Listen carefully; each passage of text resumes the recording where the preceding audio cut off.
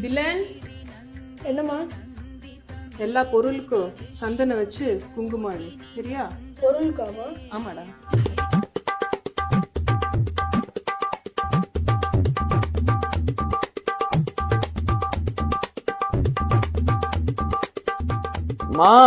மா என்ன பாருமா இங்க என்ன பண்ணிட்டு இருக்கான்ட்டு.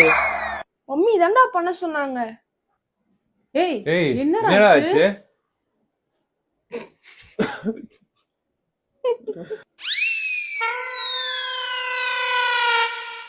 என்னடா பண்ணி வச்சிருக்கிற?